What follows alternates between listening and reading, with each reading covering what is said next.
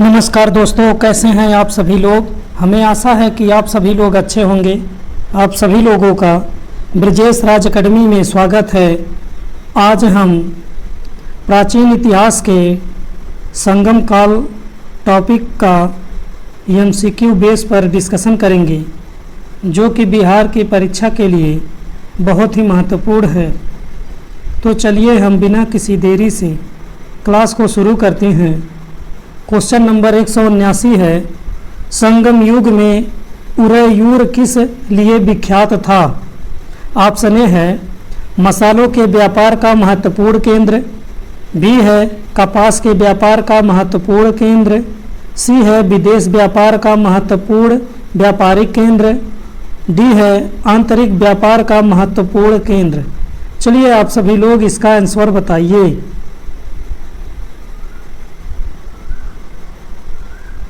तो आइए हम इस प्रश्न का आंसर को देखते हैं। तो जैसा कि हमको ज्ञात है कि संगम काल में उरैयूर सूती वस्त्र एवं कपास के व्यापार के लिए प्रसिद्ध था। उरैयूर नामक स्थान की चर्चा पेरी प्लस ऑफ द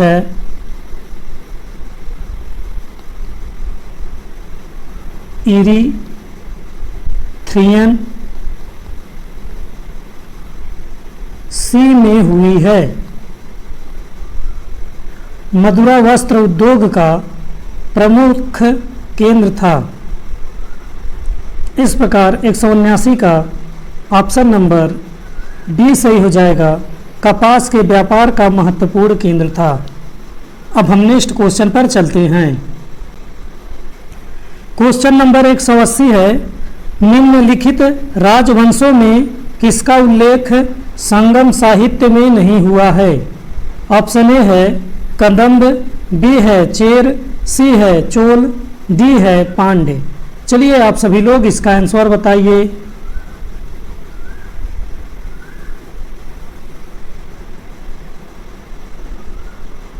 तो जैसा कि हमको ज्ञात है कि संगम साहित्य में चोल, चेर एवं पांड्य राजाओं के उद्भव और विकास का विवरण प्राप्त होता है। इन राज्यों के विविध राजाओं के शासनकाल का स्पष्ट निर्धारण तिथि न होने पर भी संगम साहित्य से कृष्णा नदी के दक्षिण में सुदूर प्रायद्वीप तक राजनीतिक गतिविधियों पर पर्याप्त प्रकाश पड़ता है। कदंब या अन्य किसी राजवंश का उल्लेख संगम साहित्य में नहीं हुआ है। इस प्रकार 180 का ऑप्शन नंबर ए सही हो जाएगा। अब हम नेक्स्ट क्वेश्चन पर चलते हैं। क्वेश्चन नंबर 181 है, संगम काल में तमिल में महाभारत किसने लिखी। ऑप्शन ए है पेरुरिंदेवनार, ऑप्शन ए है पेरू अंदेवनार, बी है बिल्ली तुपुर, बी ऑप्शन है बिल्ली पुतुर, सी है कंबन, डी है कुट्ठन। चलिए आप सभी लोग इसका आंसर बताइए। तो जैसा कि हमको ज्ञात है कि सर्वप्रथम संगम काल में महाभारत का तमिल में अनुवाद बिल्ली तुपुर ने किया था। इसके बाद पल्लव काल में पेरुंदेन वनार ने भारत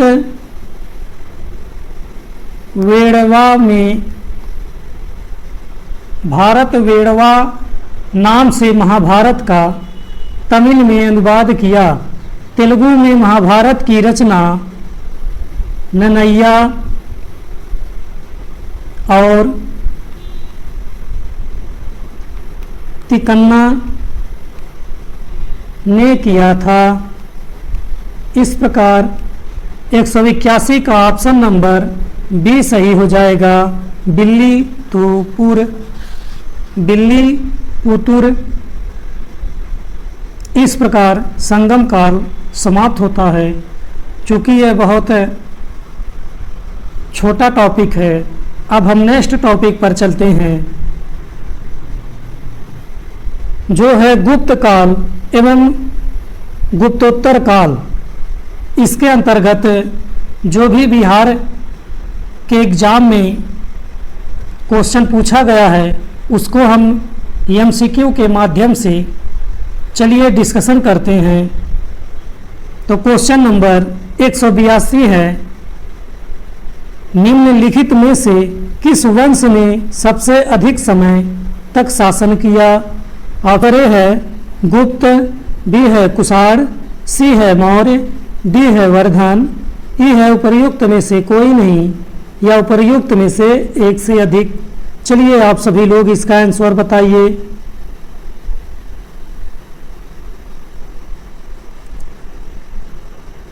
तो यहाँ हम देखेंगे कि दिए गए विकल्पों में, इन विकल्पों के आधार पर गुप्तों ने सबसे अधिक समय तक ही शासन किया। गुप्तों का शासनकाल 319 ईस्वी से 467 ईस्वी तक माना जाता है। मौर्य वंश की स्थापना चंद्रगुप्त मौर्य ने किया था, जो कि 323 ईसा पूर्व में किया गया था। मौर्यों का शासनकाल 184 ईसा पूर्व तक था। कुषाणों ने, बात करते हैं, इसको हम मिटा देते हैं, बात करते हैं कुषाणों का, तो कुषाणों ने पहली शताब्दी या पहली ईस्वी से लेकर तीसरी शताब्दी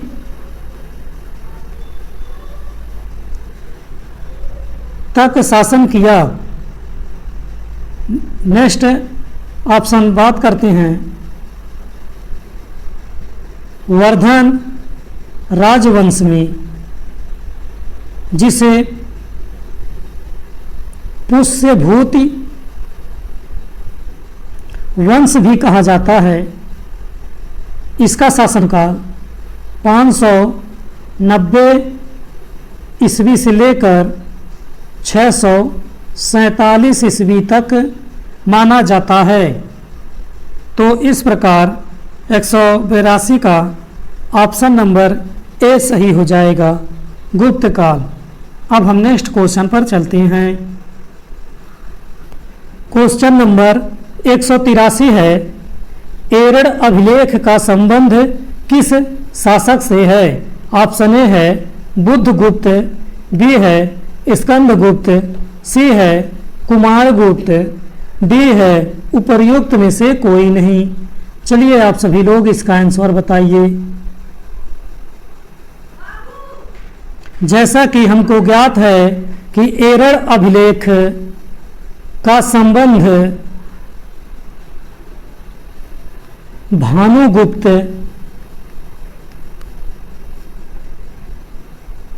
से है। एरड़ अभिलेख से पता चलता है कि भानुगुप्त का मित्र गोपराज हुड़ो की विरुद्ध लड़ता हुआ मारा गया था।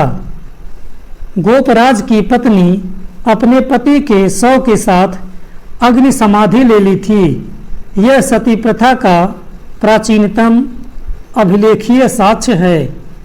इस प्रकार 183 का ऑप्शन नंबर डी सही हो जाएगा, उपर्युक्त में से कोई नहीं, क्योंकि एरड़ अभिलेख का संबंध भानुगुप्त शासक से है। अब हम नेक्स्ट क्वेश्चन पर चलते हैं। क्वेश्चन नंबर 184 है, हरिसेन किस गुप्त शासक का दरबारी कवि था? ऑप्शन नंबर ए है चंद्रगुप्त प्रथम, बी है समुद्रगुप्त, सी है चंद्रगुप्त द्वितीय, डी है उपर्युक्त में से कोई नहीं। चलिए आप सभी लोग इसका आंसर बताइए।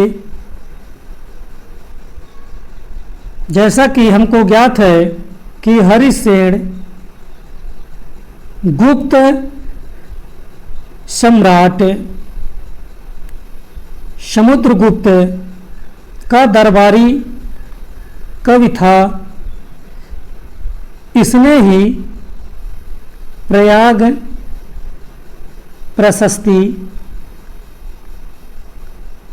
की रचना की थी। प्रयाग प्रशस्ति से समुद्रगुप्त के शासनकाल की महत्वपूर्ण जानकारी प्राप्त होती है। इस प्रकार 184 का ऑप्शन नंबर बी सही हो जाएगा।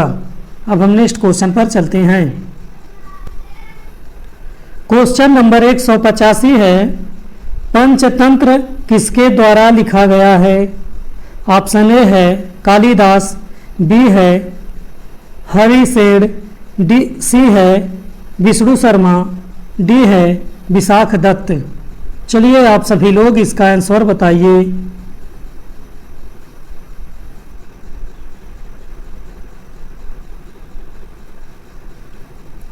जैसा कि हमको ज्ञात है कि पंचतंत्र के रचयिता पंडित विष्णु शर्मा हैं। पंचतंत्र को नीति कथाओं में प्रथम स्थान प्राप्त है। पंचतंत्र को 5 तंत्रों या भागों में बांटा गया है, जैसे कि मित्र भेद, मित्र लाभ,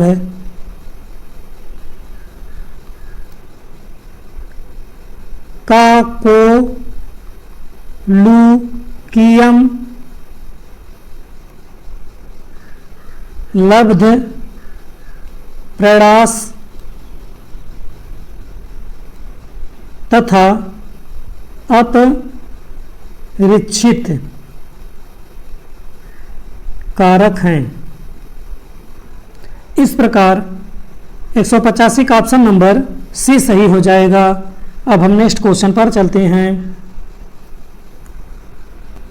क्वेश्चन नंबर 186 है, झांसी के पास देवगढ़ का मंदिर और इलाहाबाद के पास गढ़वा मंदिर में बनी मूर्तियां किस कला के महत्वपूर्ण अवशेष हैं? ऑप्शन ए है मौर्य कला, बी है गुप्त कला, सी है राष्ट्रकूट कला, डी है उपर्युक्त में से एक से अधिक, ई है उपर्युक्त में से कोई नहीं। चलिए आप सभी लोग इसका आंसर बताइए।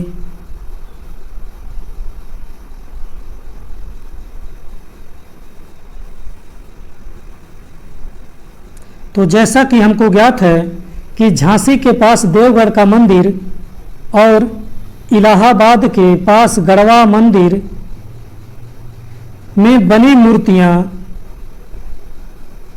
गुप्त काल या गुप्त काल की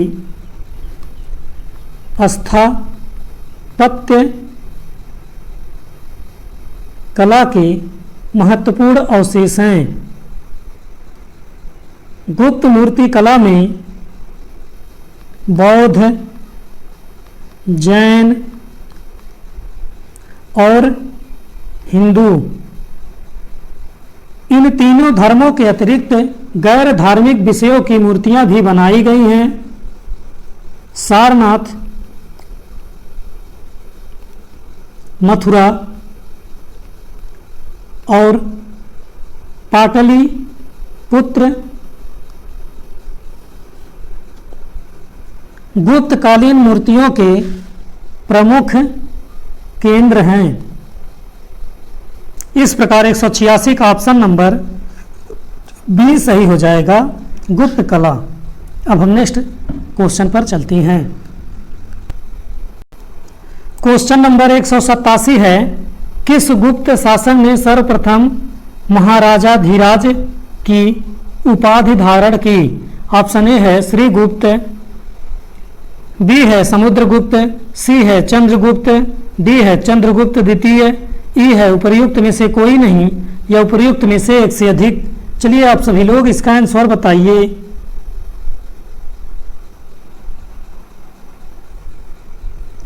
तो जैसा कि हमको ज्ञात है कि चंद्रगुप्त प्रथम गुप्त वंश का प्रथम शासक था, जिसने सर्वप्रथम महाराजा धीराज की उपाधि धारण की थी।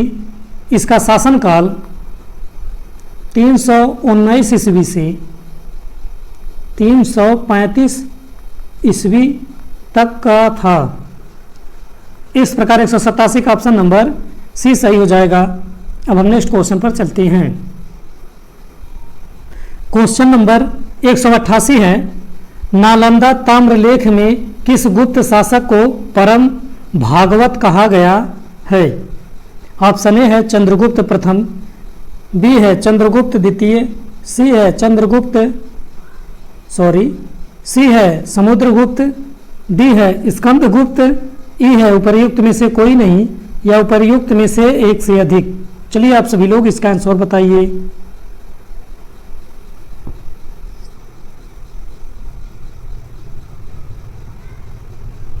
तो जैसा कि हमको ज्ञात है कि गुप्त वंश के 3 प्रमुख शासकों ने समुद्रगुप्त और स्कंदगुप्त और चंद्रगुप्त द्वितीय ने, इन तीनों ने परम भागवत की उपाधि धारण की थी, परंतु नालंदा ताम्र लेख के अनुसार परम भागवत की उपाधि समुद्रगुप्त ने धारण की थी। समुद्रगुप्त ने विजयों की जानकारी इलाहाबाद या प्रयाग प्रशस्ति में मिलती है, जिसमें गुप्त वंश के सम्राट समुद्रगुप्त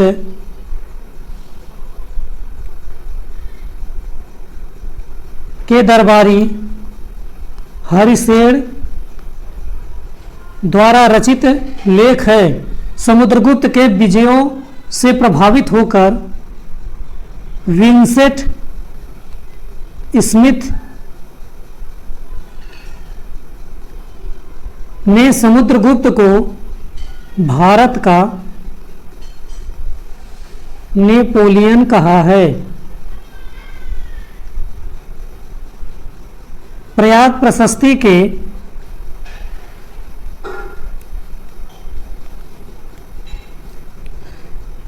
21वीं पंक्ति में आर्यावर्त के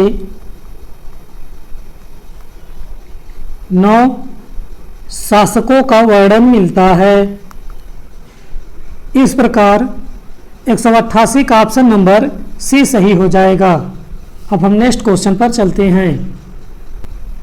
क्वेश्चन नंबर 189 है, प्राचीन भारत का नेपोलियन किसे कहा जाता है? ऑप्शन ए है चंद्रगुप्त मौर्य, बी है पुष्यमित्र, सी है कनिष्क, डी है समुद्रगुप्त। चलिए आप सभी लोग इसका आंसर बताइए। अभी हम ऊपर आप सभी को बता कर आ रहे हैं कि प्राचीन भारत का नेपोलियन विंसेंट स्मिथ ने समुद्रगुप्त को कहा था। इस प्रकार 189 का ऑप्शन नंबर डी सही हो जाएगा। अब हम नेक्स्ट क्वेश्चन पर चलते हैं।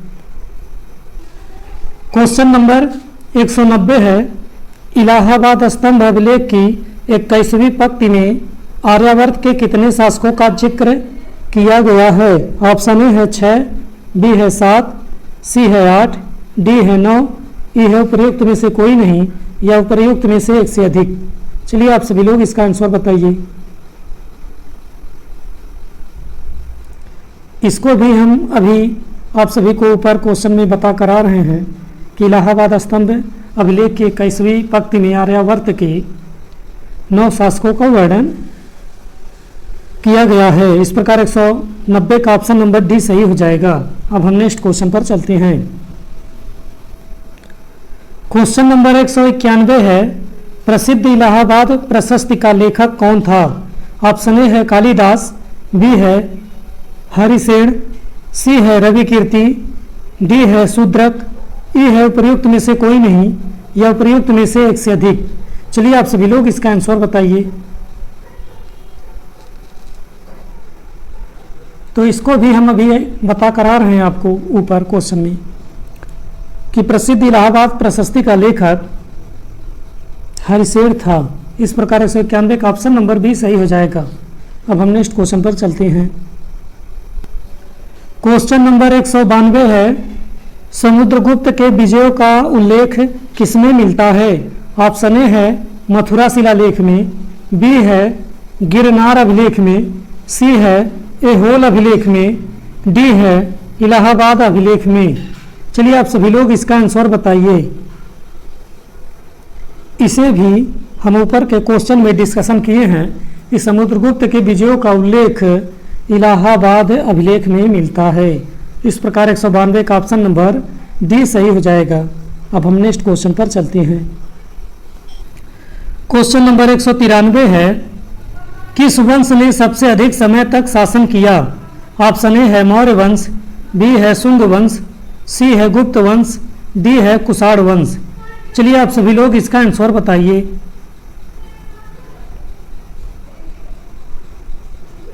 तो इन सभी ऑप्शनों में सर्वाधिक समय तक शासन गुप्त वंश ने किया था। गुप्त वंश का संस्थापक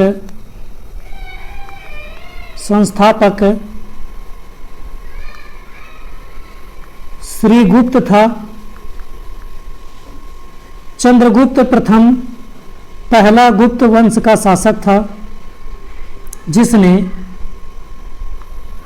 महाराजा धीराज की उपाधि धारण की थी। किसने किया था? तो यहां लिख देते हैं चंद्रगुप्त प्रथम। इसके द्वारा 319 ईस्वी में गुप्त संवत का प्रचलन कराया गया था। गुप्त वंश का प्रथम शासक श्रीगुप्त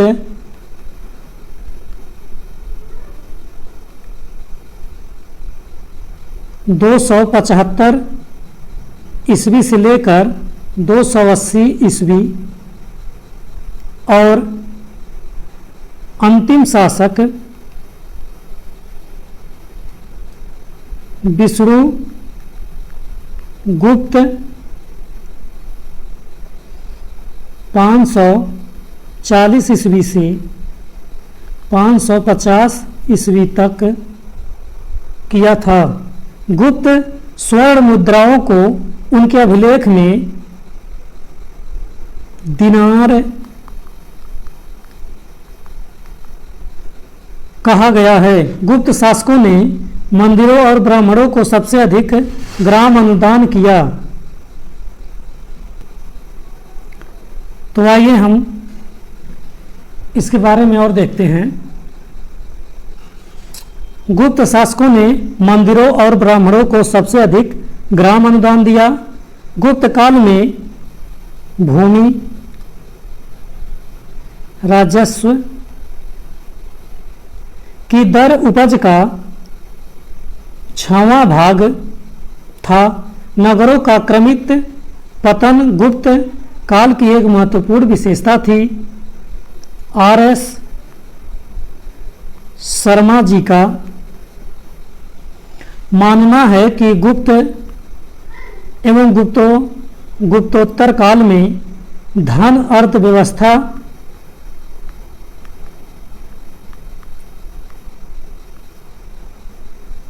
का पतन दिखता है। इस प्रकार 193 का ऑप्शन नंबर सी सही हो जाएगा, गुप्त वंश। अब हम नेक्स्ट क्वेश्चन पर चलती हैं। क्वेश्चन नंबर 194 है, नगरों का क्रमिक पतन किस काल की एक महत्वपूर्ण विशेषता थी? ऑप्शन ए है गुप्त काल, बी है प्रतिहार युग, सी है राष्ट्रकूट, डी है सातवाहन युग। चलिए आप सभी लोग सही ऑप्शन का चयन कीजिए। तो अभी हम ऊपर आप सभी को बता कर आए हैं कि नगरों का क्रमिक पतन गुप्त काल में एक महत्वपूर्ण विशेषता थी। इस प्रकार 194 का ऑप्शन नंबर ए सही हो जाएगा। अब हम नेक्स्ट क्वेश्चन पर चलते हैं। क्वेश्चन नंबर 195 है, किस शासक वंश ने मंदिरों एवं ब्राह्मणों को सबसे अधिक ग्राम अनुदान में दिया था? ऑप्शन ए है गुप्त वंश, बी है पाल वंश, सी है राष्ट्रकूट, डी है प्रतिहार। चलिए आप सभी लोग इसका आंसर बताइए। तो इस क्वेश्चन को भी हम ऊपर डिस्कशन करके आए हैं कि गुप्त वंश शासक वंश ने मंदिरों एवं ब्राह्मणों को सबसे अधिक ग्राम अनुदान में दिया था। इस प्रकार 195 का ऑप्शन नंबर ए सही हो जाएगा। अब हम नेक्स्ट क्वेश्चन पर चलते हैं। क्वेश्चन नंबर 196 है, गुप्त युग में भूमि राजस्व की दर क्या थी? ऑप्शन ए है उपज का चौथा भाग, बी है उपज का 6वां भाग, सी है उपज का 8वां भाग, डी है उपज का आधा भाग। चलिए आप सभी लोग इसका आंसर बताइए। तो इसको भी हम ऊपर क्वेश्चन में डिस्कशन करके आए हैं कि गुप्त युग में भूमि राजस्व की दर उपज का 6वां भाग था। अब हम नेक्स्ट क्वेश्चन पर चलते हैं। क्वेश्चन नंबर 197 है, किसने तर्क दिया कि गुप्त और गुप्तोत्तर गुप्त काल में धन अर्थव्यवस्था में पतन दिखता था? ऑप्शन ए है आर.एस. त्रिपाठी, बी है आर.एस. शर्मा, सी है राधा कुमुद मुखर्जी, डी है डी.सी. सरकार। ई है उपर्युक्त में से कोई नहीं या उपयुक्त में से एक से अधिक। चलिए आप सभी लोग इसका आंसर बताइए।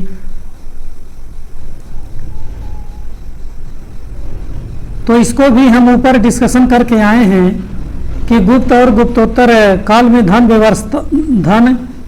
अर्थव्यवस्था में पतन दिखता था। तो ये जो है आर.एस. शर्मा का तर्क था। इस प्रकार 197 का ऑप्शन नंबर बी सही हो जाएगा। अब हम नेक्स्ट क्वेश्चन पर चलते हैं। क्वेश्चन नंबर 198 है, गुप्त स्वर्ण मुद्राएं उनके अभिलेखों में किस नाम से अंकित है? ऑप्शन ए है करसापड़, बी है पड़, सी है शतमान, डी है दिनार। चलिए आप सभी लोग इसका आंसर बताइए। इसको भी हम ऊपर क्वेश्चन में डिस्कशन किए हैं कि गुप्त स्वर्ण मुद्राएं उनके अभिलेखों में दिनार के नाम से अंकित हैं। इस प्रकार 198 का ऑप्शन नंबर डी सही हो जाएगा। अब हम नेक्स्ट क्वेश्चन पर चलते हैं। क्वेश्चन नंबर 199 है, इनमें से कौन गुप्त काल में औषधि के क्षेत्र में अपने कार्य के लिए जाने जाते हैं? ऑप्शन ए है सुश्रुत, बी है सौमिल, सी है शूद्रक, डी है सौन। ई है उपर्युक्त में से कोई नहीं या उपर्युक्त में से एक से अधिक। चलिए आप सभी लोग इसका आंसर बताइए। तो जैसा कि हमको ज्ञात है कि इस प्रश्न में दिए गए चारों विकल्प से संबंधित व्यक्ति गुप्त काल में चिकित्सा से मतलब औषध से कोई भी संबंधित नहीं है। इस प्रकार ऑप्शन नंबर ई सही हो जाएगा, उपर्युक्त में से कोई नहीं। जैसा कि हमको पता है कि भारत में चिकित्सा से संबंधित दो महत्वपूर्ण व्यक्ति चरक और सुश्रुत थे और इन दोनों का संबंध मौर्योत्तर काल से है, जबकि यहाँ गुप्त काल पूछा है। बात करते हैं ताम्रलिपि बंदरगाह का प्रयोग गुप्त काल में उत्तर भारत के व्यापार के लिए किया जाता था। पृथ्वी के अपनी धुरी पर घूमने के कारण प्रतिदिन सूर्योदय और सूर्यास्त होता है। यह किसने कहा था? तो इसे आर्यभट्ट ने कहा था। गुप्त काल में बिना जोती हुई जंगल भूमि को बिना जोती हुई जंगली भूमि को अपृहत कहा जाता था। देवगढ़ का 10वां अवतार मंदिर गुप्तकालीन स्थापत्य का उदाहरण है। अब हम नेक्स्ट क्वेश्चन पर चलते हैं। क्वेश्चन नंबर 200 है, निम्नलिखित में से कौन सा गुप्त काल का मंदिर है? ऑप्शन ए है उड़ीसा का लिंगराज मंदिर, बी है खजुराहो का कंदरिया महादेव मंदिर, सी है देवगढ़ का 10वां अवतार मंदिर, डी है महाबलीपुरम का शोर या तटवर्तीय मंदिर। चलिए आप सभी लोग इसका आंसर बताइए। अभी हम ऊपर इसको डिस्कशन करके आए हैं कि गुप्त काल का मंदिर जो है देवगढ़ का 10वां अवतार मंदिर है। इस प्रकार 200 प्रश्न का ऑप्शन नंबर सी सही हो जाएगा। अब हम नेक्स्ट क्वेश्चन पर चलते हैं।